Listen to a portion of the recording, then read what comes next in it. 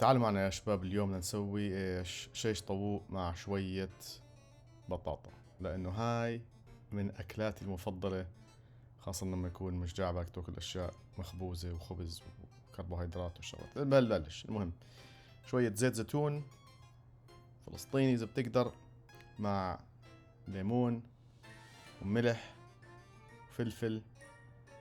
زدته بهاي الخلاط الصغير، الميكرو خلاط، مع بودرة تومة، بابريكا، يعني ألف شغلة حطينا صراحة. شوية سماق إذا بتحب السماق، في ناس بحبوهوش بس أنا بحبه.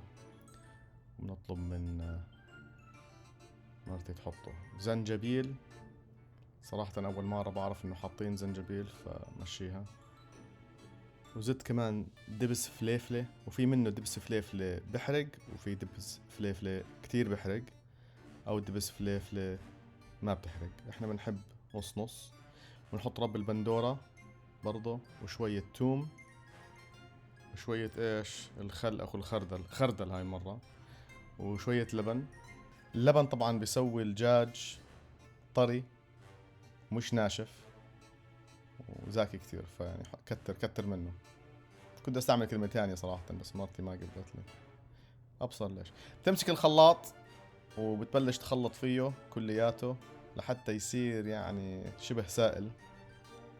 ليش؟ لانه هلا هذا رح نمسك الدجاج بعد ما نقطعه. هلا احنا عندنا كله هذا صدور دجاج، بس مو شرط يعني، بتحب فخذ، بتحب صدور، بتحب اشياء تانية، ما في اشكالية.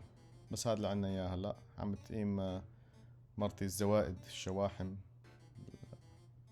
اللي موجودة على القطع، بتقطعه كلياته. يعني كل واحدة من هذول رح نشكهم ورح نحطهم اول اشي بالخلطة اللي عملناها قبل هاي، ونغمسها. بتقدر تتركها انت ليلة قبل ما تشكها او بعد ما تشكها، زي ما بدك. احنا هون قبل ما نشكها بنمسكهم بنخلطهم كلياتهم، يا سلام، وبنتركها مشان تدخل الخلطة كلياتها تفشفش بالدجاج. اذا بنقدر تقدر تغطيه كمان.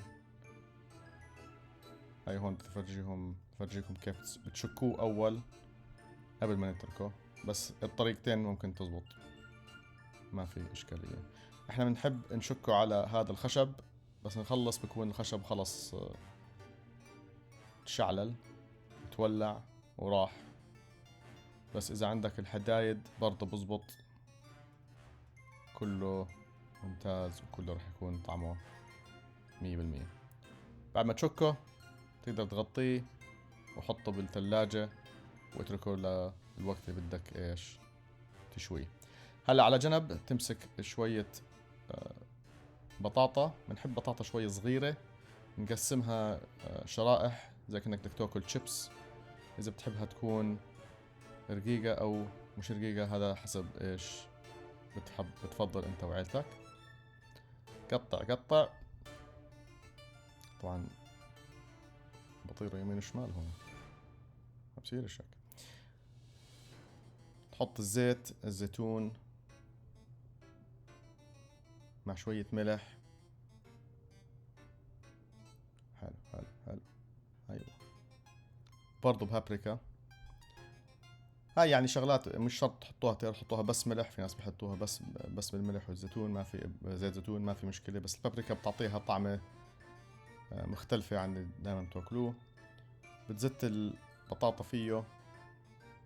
طبعا الفضل لمرتي انه هالمرة زتتهم كلياتهم بدل ما تعملهم وحدة وحدة.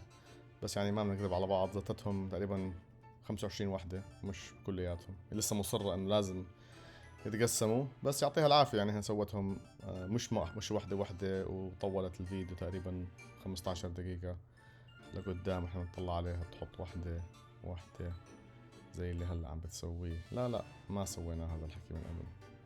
المهم تحطه بالفرن 350 درجة فهرنهايت، او اللي هو تقريبا 100 وقديش 75 او 70.